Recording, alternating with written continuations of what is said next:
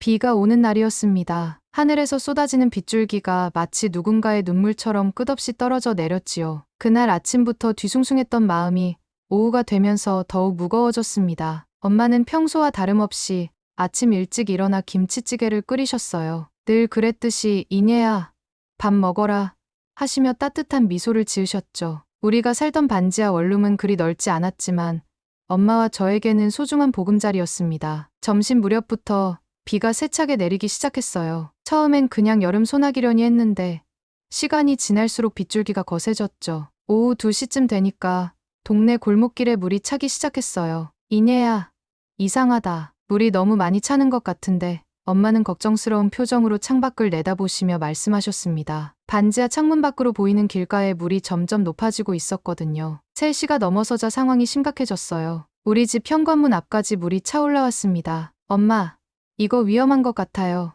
저는 급하게 중요한 물건들을 챙기기 시작했어요. 엄마는 평생 모은 통장과 도장을 품에 꼭 안으시며 괜찮다, 곧 빠질 거야 하셨지만 목소리가 떨리고 계셨죠. 하지만 물은 멈추지 않았습니다. 오히려 더 빠르게 차올랐죠. 오후 4시 현관문을 열자 탁한 물이 콸콸 쏟아져 들어왔습니다. 안 돼, 엄마가 외치셨지만 이미 늦었어요. 물은 순식간에 무릎까지 차올랐죠. 엄마, 빨리 나가야 해요. 저는 엄마 손을 잡고 밖으로 나가려 했지만 물의 힘이 생각보다 강했습니다. 엄마는 평소 심장이 좋지 않으셔서 이런 급작스러운 상황에 몹시 당황하고 계셨어요. 이내야, 무서워 하시며 제 팔을 꽉 붙잡으셨죠. 물이 허리까지 차오르자 저희는 완전히 갇혀버렸습니다. 핸드폰도 먹통이 되었고 주변은 온통 물바다였어요. 엄마는 숨을 가쁘게 쉬시며 이내야, 미안하다. 엄마가 더 좋은 데서 살게 해주지 못해서 하고 말씀하셨습니다. 그 순간 가슴이 찢어질 것 같았어요. 다행히 소방대원들이 구조해주러 왔습니다. 하지만 차가운 물에 오랫동안 있었던 엄마는 구조되자마자 쓰러지셨어요. 엄마, 소리쳤지만 이미 의식을 잃으신 상태였습니다. 구급차 안에서 심폐소생술을 받으시는 엄마를 보며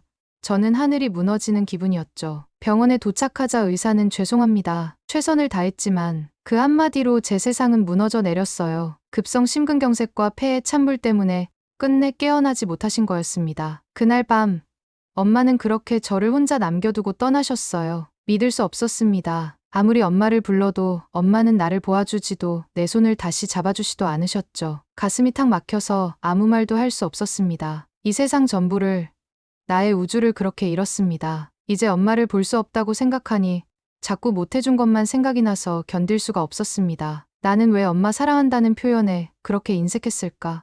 왜 자주 손잡아주고 안아주지 못했을까? 왜 짜증만 내고 투정을 부렸을까? 내 자신이 너무나 미워지는 밤이었습니다. 눈을 감으면 엄마와 함께했던 소중한 순간들이 생생하게 떠올랐어요. 비록 넉넉하지 않은 살림이었지만 우리 집엔 늘 따뜻함이 있었거든요. 초등학교 때 일이 떠올랐습니다. 친구들이 비싼 운동화를 신고 다닐 때 저는 시장에서 산 10,000원짜리 신발을 신었어요. 처음엔 부끄러웠는데 엄마가 이내야, 신발이 비싸다고 다리가 더 빨라지는 건 아니야. 중요한 건 열심히 달리는 마음이지 하시며 웃어주셨죠. 그 말씀을 듣고 나니 정말 마음이 편해졌습니다. 고등학교 때 제가 아르바이트를 하겠다고 했을 때도 엄마는 공부가 먼저야. 엄마가 더 열심히 일할게 하시며 반대하셨습니다. 그때 엄마는 새벽 5시에 일어나서 식당 청소 일을 시작하셨어요. 저녁에는 편의점에서 야간 근무를 하셨죠. 하루에 몇 시간 못 주무시면서도 저에게는 늘 밝은 모습만 보여주셨습니다. 엄마, 너무 힘들어 보여요.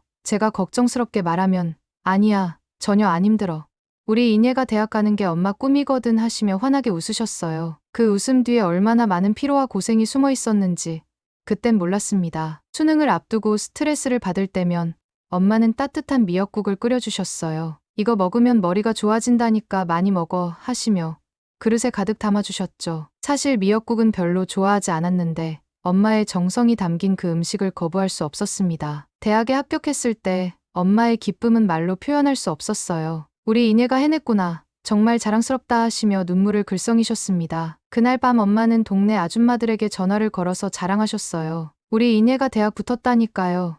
하시는 목소리가 얼마나 뿌듯해 보이던지요. 대학교 등록금 때문에 걱정이 많았는데 엄마는 돈 걱정은 하지 마. 엄마가 다 해결할게 하셨습니다. 나중에 알고 보니 엄마는 적금을 모두 깨고 심지어 돈까지 빌려서 제 등록금을 마련해 주셨어요. 저는 그 사실을 모르고 편하게 대학 생활을 했던 거였죠. 방학 때마다 집에 오면 엄마는 제가 좋아하는 음식들을 준비해 놓고 기다리셨습니다. 많이 먹어. 학교에서 제대로 못 먹었을 텐데 하시며 계속 반찬을 권하셨어요. 그때마다 엄마도 드세요 하면 엄마는 배불러. 이내가 많이 먹는 게 더 좋아 하시며 흐뭇하게 바라보셨죠. 지금 생각해보면 그 모든 순간들이 얼마나 소중했는지 깨닫게 됩니다. 엄마의 무조건적인 사랑과 희생이 있었기에 제가 여기까지 올 수 있었던 거예요. 날이 밝자 정신을 차리고 이제 엄마를 잘 보내드려야겠다 생각했어요. 영정사진에 쓸 사진도 필요했고 엄마가 평생 아끼시던 유품도 챙기러 집으로 향했습니다. 물이 빠진 자리에는 진흙과 각종 쓰레기들이 뒤섞여 있었어요. 우리 집이 있던 반지 안은 아직도 악취가 진동했습니다. 엄마의 통장이며 도장, 그리고 몇 안 되는 귀중품들을 찾아 헤매던 중이었어요. 진을 속에서 엄마가 아끼시던 반지 하나를 발견했을 때 갑자기 뒤에서 웃음소리가 들려왔습니다. 하하, 의원님 복장이 훌륭하십니다. 누군가가 큰 소리로 웃고 있었어요. 고개를 돌려보니 TV에서 많이 보던 얼굴들이었습니다. 자세히 보니 선거 때마다 자주 보던 국회의원들이었죠. 그중 한 남성이 당대표로 보이는 사람에게 아부하듯이 말했어요. 아깝네요. 이럴 때 비가 좀 와줘야 사진이 멋지게 나오는데 말이죠. 사진이 진짜 중요해요. 나중에 예산 요구할 때 잘 써먹으려면 말이죠. 하고 호탕하게 웃으며 말했어요. 다른 의원이 김 의원님, 목소리 좀 낮추세요. 사람들이 듣잖아요. 하고 말렸지만 김 의원은 아랑곳하지 않았습니다. 뭐 어때? 어차피 이런 데 사는 사람들이야. 정부에서 지원해주면 고맙다고 하지. 김 의원의 말을 듣는 순간 온몸에 피가 거꾸로 솟는 기분이었어요. 제가 처한 상황이 그렇게 우스운 일인가요? 엄마를 잃고 모든 걸 잃은 저희 같은 사람들의 아픔이 그렇게 가벼운 건가요? 저기요. 저는 참을 수 없어서 소리쳤습니다. 지금 뭐라고 하신 거예요? 김 의원은 저를 쳐다보더니 미안. 너무 놀라서 그랬어. 힘내요. 젊은이 하고는 어깨를 툭 치며 지나가려 했어요. 힘내라고요? 지금 상황이 힘내라는 말로 해결되는 줄 아세요? 제 목소리가 떨렸습니다. 저희 엄마가 돌아가셨어요. 이 집에서 물에 갇혀서 심장마비로 돌아가셨다고요. 김 의원은 잠깐 멈칫했지만 곧 그래? 유감이네. 그런데 우리가 잘못한 건 아니잖아. 하며 웃었습니다. 다른 주민들도 하나둘 모여들기 시작했어요. 저 사람들 뭐야? 우리 고생하는 거 구경 온 거야? 국회의원이라면서 저 따위로 말해. 주민들의 불만이 터져 나왔습니다. 그제서야 김 의원은 상황이 심각해진 걸 깨달았는지 아니, 그게 아니라 하며 변명을 시작했어요. 열심히 봉사하다가 동료 의원들과 잠시 쉬면서 농담한 거예요. 여기에 여러분들 도우러 온 거라고요. 김 의원이 당황하며 해명했지만 이미 주민들의 분노는 극에 달해 있었습니다. 농담이나 하고 지금 소풍 왔습니까? 그럼 지금까지 뭐 한 거예요? 한 아주머니가 소리쳤어요. 우리가 이렇게 고생하고 있는데 웃으면서 농담이나 하고 있으면 그게 뭐가 다른 거예요? 다른 주민들도 맞아 하며 동조했습니다. 김 의원은 점점 더 당황하는 모습이었어요. 진정하세요. 여러분, 오해가 있는 것 같은데. 하지만 이미 주민들의 분노는 걷잡을 수 없이 커져가고 있었습니다. 오해라고요? 우리가 직접 듣고 본 건데 뭐가 오해예요? 결국 김 의원과 다른 의원들은 쫓기듯이 그 자리를 떠났습니다. 다음에 다시 와서 제대로 도와드리겠습니다. 하며 급하게 차에 올라탔어요. 차가 떠나고 나서도 주민들의 분노는 쉽게 가라앉지 않았습니다. 저런 사람들이 우리를 대표한다는 게 말이 돼요? 정말 어이없네 하는 목소리들이 여기저기서 들려왔죠. 저는 그 자리에 멍하니 서 있었습니다. 엄마를 잃은 슬픔도 채 아물지 않았는데 이런 모욕까지 당해야 하는 건가요? 세상이 이렇게 차가운 곳이었나 싶어 마음이 더욱 절망적이었습니다. 그 일이 있고 난 후 며칠간 저는 완전히 넋이 나간 상태였습니다. 엄마를 떠나보낸 슬픔에 더해 그 의원들의 모욕적인 말들이 계속 머릿속을 맴돌았어요. 임시로 머물고 있던 친척집에서도 눈치가 보였고 앞으로 어떻게 살아가야 할지 막막하기만 했습니다. 엄마가 남겨주신 건 정말 아무것도 없었어요. 수해로 집은 사라졌고 보험도 제대로 들어놓지 못하셨거든요. 평생 모아놓으신 적금마저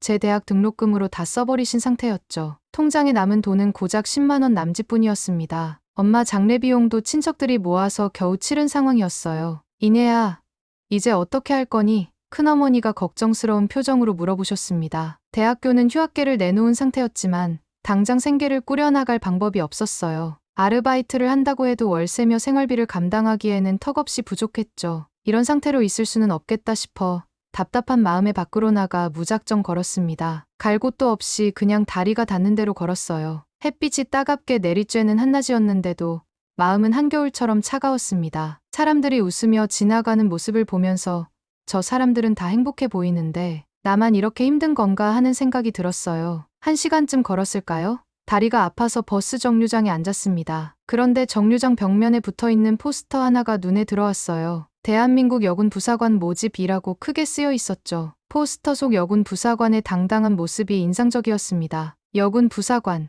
처음엔 그냥 스쳐 지나가는 생각이었어요. 하지만 자세히 들여다보니 복무 기간도 길고 무엇보다 안정적인 직업이라는 게 마음에 들었습니다. 의식주가 해결되는 것은 물론이고 월급도 나쁘지 않아 보였어요. 포스터를 보면서 이런저런 생각이 들었습니다. 지금 제 상황에서는 이것만큼 현실적인 선택이 없을 것 같았어요. 당장 갈 곳도 없고 돈도 없고 미래에 대한 계획도 없는 상황에서 군대라는 조직은 오히려 저에게 기회가 될 수 있겠다는 생각이 들었거든요. 엄마께서 늘 이내야 여자도 남자 못지않게 살 수 있어. 중요한 건 의지야. 하고 말씀하셨던 게 떠올랐습니다. 그리고 뭘 하든 최선을 다해라. 그러면 길이 보일 거야. 하시던 말씀도요. 엄마라면 제가 이런 선택을 한다고 해도 응원해 주셨을 것 같았어요. 포스터에 적힌 모집 조건들을 꼼꼼히 읽어봤습니다. 나이 제한에도 걸리지 않았고 학력 조건도 맞았어요. 체력 검정이 있다고 했는데 평소 운동을 좋아했던 터라 그것도 큰 문제가 될 것 같지 않았습니다. 이게 답일까? 혼자 중얼거리며 포스터를 계속 바라봤어요. 솔직히 군대라는 곳이 어떤 곳인지 정확히 알지는 못했습니다. 하지만 지금보다는 나을 거라는 확신이 들었어요. 적어도 목표가 생기잖아요. 그날 저녁 큰어머니께 이야기했습니다. 큰어머니, 저 여군 부사관 지원해보려고요. 처음엔 깜짝 놀라시더니 이내야, 정말 괜찮겠니? 군대가 만만한 곳이 아닌데 하고 걱정해 주셨어요. 하지만 제 의지가 확고하다는 걸 알고는 그래, 내가 결정한 일이면 응원할게 하며 격려해 주셨습니다. 그날 밤 엄마 사진을 보면서 다짐했어요. 엄마, 저 이제 새로운 시작을 해볼게요. 군인이 되어서 이 나라를 지키는 일을 하고 싶어요. 엄마가 자랑스러워할 만한 사람이 될게요. 혼자 중얼거리며 눈물을 흘렸습니다. 그렇게 부사관이 되었고 입대 첫날 부대 정문을 들어서면서 가슴이 두근거렸습니다. 낯선 환경과 엄격한 규율이 처음엔 힘들었어요. 새벽에 일어나서 체조하고 정해진 시간에 식사하고 모든 일을 부대 규정에 맞춰 해야 했거든요. 하지만 시간이 지나면서 점차 적응해갔습니다. 교육훈련 과정에서 여러 동료들을 만났어요. 각자 다른 이유로 군대에 왔지만 모두 열심히 하려는 의지만큼은 같았습니다. 이내야, 넌 왜 부사관 됐어? 같은 기수인 미영이가 물어봤을 때 여러 가지 사정이 있어서 하고 대답했죠. 굳이 엄마 이야기까지 할 필요는 없을 것 같았거든요. 처음 몇 달은 정말 힘들었습니다. 새벽 구보도 힘들고 각종 훈련도 만만치 않았어요. 특히 사격 훈련할 때는 총의 반동 때문에 어깨가 아프기도 했죠. 하지만 포기하고 싶지 않았습니다. 엄마께서 끝까지 해내는 게 중요해 하시던 말씀을 떠올리며 이를 악물고 버텼어요. 교관들도 처음엔 무서웠는데 알고 보니 다들 따뜻한 마음을 가진 분들이었습니다. 김 상사님은 훈련이 끝나고 나면 오늘 고생했다. 내일도 화이팅하자 하며 격려해 주셨어요. 덕분에 힘든 순간들을 잘 견뎌낼 수 있었습니다. 몇 달이 지나자 군 생활에 완전히 적응됐어요. 규칙적인 생활이 오히려 마음의 안정을 가져다 주었습니다. 아침에 일어나서 해야 할 일들이 정해져 있으니까 하루하루가 의미 있게 느껴졌죠. 엄마를 잃은 슬픔도 조금씩 아물어가고 있었어요. 그렇게 1년 반 정도 지났을 때였습니다. 어느 여름날 갑자기 하늘이 먹구름으로 뒤덮이더니 비가 내리기 시작했어요. 처음엔 평범한 여름 소나기인 줄 알았는데 점점 세게 내리더니 하늘에 구멍이 뚫린 것처럼 억수같이 쏟아지기 시작했습니다. 그 순간 엄마와 함께했던 그날의 기억이 생생하게 떠올랐어요. 반지하에서 물이 차오르던 모습, 엄마가 두려워하시던 표정, 그리고 병원에서의 마지막 순간들. 가슴이 답답해지고 숨이 막히는 것 같았습니다. 괜찮아? 옆에 있던 미영이가 걱정스럽게 물어봤어요. 응, 괜찮아. 하고 대답했지만 사실 괜찮지 않았습니다. 비 내리는 소리만 들어도 그날의 공포가 되살아났거든요. 밤에는 잠을 이루지 못하고 뒤척였어요. 이틀째 되는 날, 부대에 긴급 상황이 발생했습니다. 인근 지역에 수해가 발생해서 실종자가 생겼다는 거였어요. 우리 부대에서 수색과 대민지원 작업에 투입되라는 명령이 떨어졌습니다. 정말 아이러니했습니다. 제가 그토록 피하고 싶었던 상황에 다시 마주하게 된 거죠. 하지만 이번에는 구조받는 입장이 아니라 구조하는 입장이었어요. 복잡한 마음이 들었지만 이것도 제 임무라고 생각하며 마음을 다잡았습니다. 수색 지역에 도착했을 때 상황은 생각보다 심각했습니다. 여전히 비가 조금씩 내리고 있었고 강물이 평소보다 불어나 있었어요. 물살이 빠른 구간도 여러 곳 있었죠. 지휘관이 안전에 각별히 주의하라고 당부했지만 실종자를 찾아야 한다는 사명감으로 모두 긴장한 상태였습니다. 이 부사관, 저기 강 건너편도 수색해야 하니까 조심해서 건너가봐 선임 부사관이 지시했어요. 저는 다른 대원들과 함께 길다란 장화를 신고 강을 건너기 시작했습니다. 평소에도 그 강을 건넌 적이 있어서 별로 어렵지 않을 거라고 생각했는데 불어난 물 때문에 상황이 달랐어요. 강 한가운데쯤 갔을 때였습니다. 갑자기 발밑에 돌이 미끄러지면서 중심을 잃었어요. 앗! 소리를 내며 휘청거렸는데 불어난 강물의 힘이 생각보다 강했습니다. 간신히 균형을 잡았지만 다른 대원 하나가 넘어지면서 물에 빠질 뻔했어요. 위험해. 다들 나와. 강 건너편에서 지켜보던 선임이 소리쳤습니다. 저희는 서둘러 다시 원래 자리로 돌아왔어요. 지금 상태로는 안전하게 건널 수 없겠다. 안전보호 장비 요청해야겠어.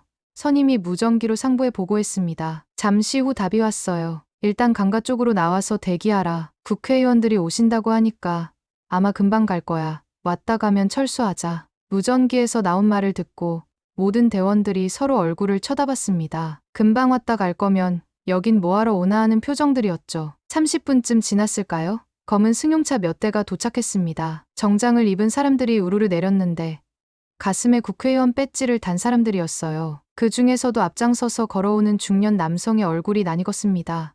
저 사람. 몇 년 전 수해 현장에서 봤던 그 김원득 의원이었어요. 망언을 했던 바로 그 사람 말이죠. 순간 가슴속에서 뭔가 끓어오르는 걸 느꼈습니다. 하지만 군인으로서 감정을 드러낼 수는 없었어요. 김원득 의원이 현장을 둘러보더니 큰 소리로 말했습니다.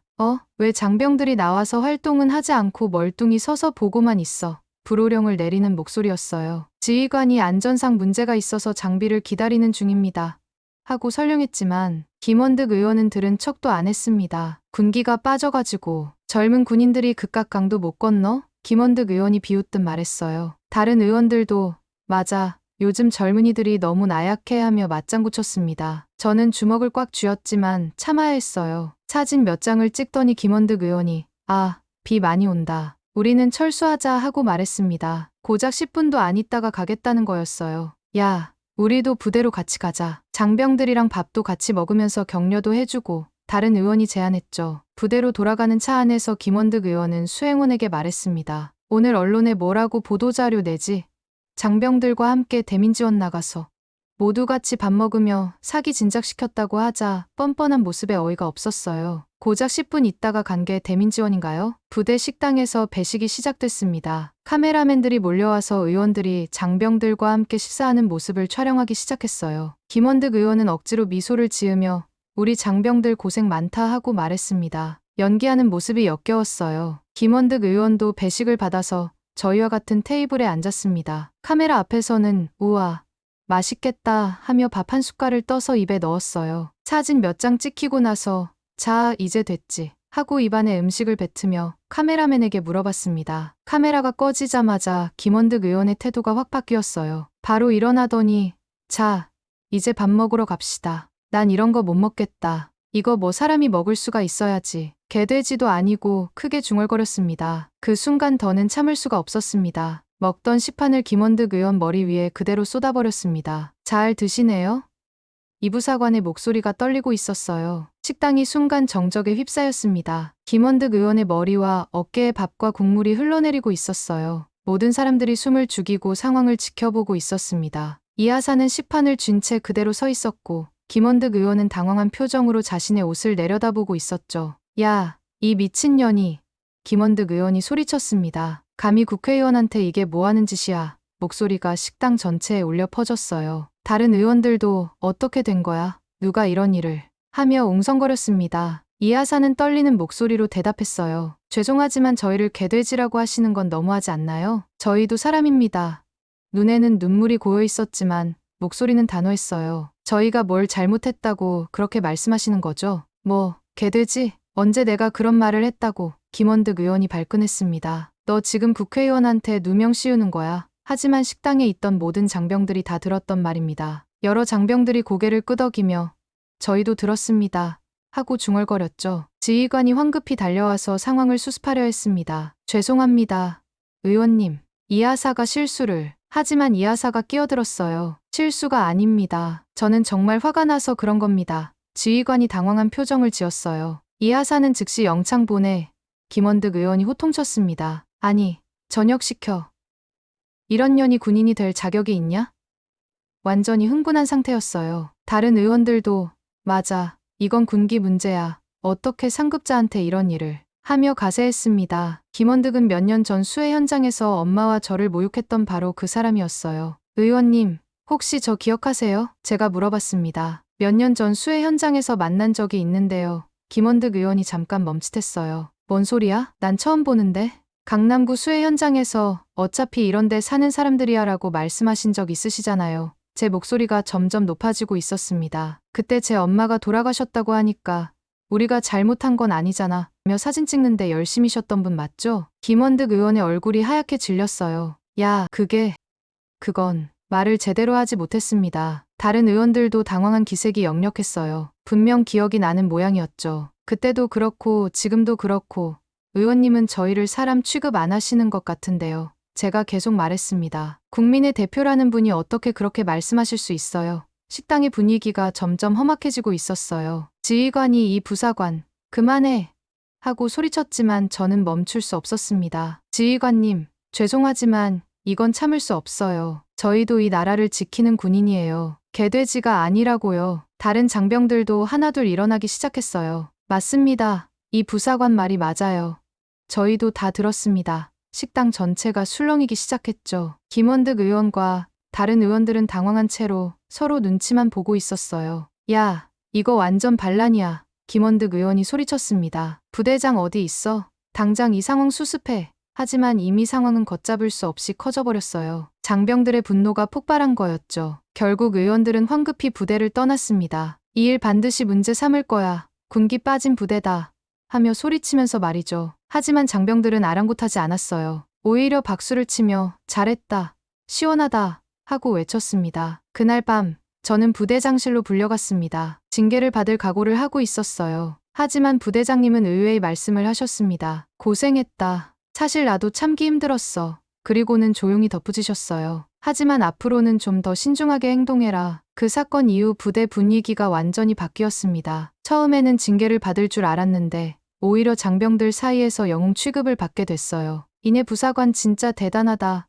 이하사 용기가 대단해 하며 격려해주는 사람들이 많았습니다. 며칠 후 상부에서 조사관들이 내려왔어요. 김원득 의원 측에서 정식으로 문제를 제기했다는 거였죠. 이하사는 국회의원에게 폭력을 행사하고 모독했다는 내용이었습니다. 그날 상황을 자세히 설명해보세요. 조사관이 물어봤습니다. 저는 처음부터 끝까지 솔직하게 이야기했어요. 김원득 의원이 개돼지도 아니고 라고 말한 것부터 과거 수해 현장에서 있었던 일까지 모든 걸 다 털어놨습니다. 조사관이 고개를 끄덕이며 기록을 했어요. 그럼 이 부사관은 김원득 의원을 개인적으로 알고 있었다는 말씀이군요? 네, 몇 년 전에 만난 적이 있습니다. 그때도 비슷한 발언을 하셔서 기억하고 있었어요. 놀랍게도 그날 식당에 있었던 다른 장병들도 모두 증인으로 나서줬어요. 저희가 다 들었습니다. 개돼지라는 말 분명히 하셨어요.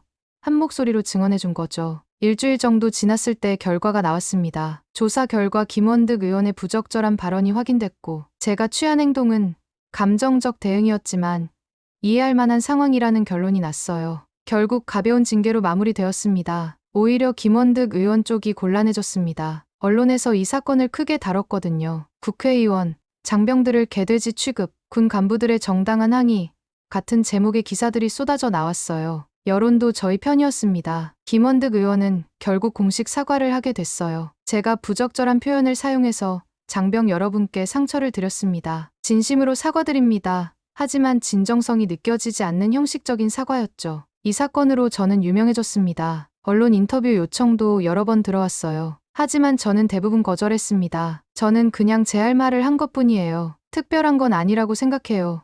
필요 이상으로 부각되고 싶지 않았거든요. 그런데 이 일을 계기로 제 인생에 새로운 전환점이 찾아왔습니다. 어느 날 부대장님이 저를 부르시더니 이내 부사관, 혹시 장교 지원할 생각 없어? 하고 물어보셨어요. 부사관으로도 충분히 잘하고 있지만 내 능력이면 장교로도 훌륭할 것 같은데 장교가 되는 건 생각해 본 적이 없었어요. 부사관으로도 만족하고 있었거든요. 하지만 부대장님 말씀을 듣고 보니 새로운 도전을 해볼 만할 것 같았습니다. 한번 생각해 보겠습니다. 하고 대답했죠. 그날 밤 엄마 사진을 보면서 혼자 중얼거렸어요. 엄마, 저 장교가 되어볼까요? 더 많은 사람들을 도울 수 있을 것 같아요. 엄마라면 분명 내가 하고 싶은 대로 해라. 엄마는 널 믿는다. 하고 말씀하셨을 거예요. 며칠 더 고민한 끝에 결정했습니다. 장교 시험에 도전해보기로 한 거죠. 부사관으로서의 경험도 있고 이번 사건으로 리더십도 어느 정도 입증된 상황이니까 가능성이 있을 것 같았어요. 준비 과정은 쉽지 않았습니다. 업무와 시험 준비를 병행해야 했거든요. 새벽에 일찍 일어나서 공부하고 업무 끝나고도 밤늦게까지 책을 봤어요. 체력 관리도 소홀히 할 수 없었죠. 동료들도 많이 도와줬습니다. 이내야, 파이팅!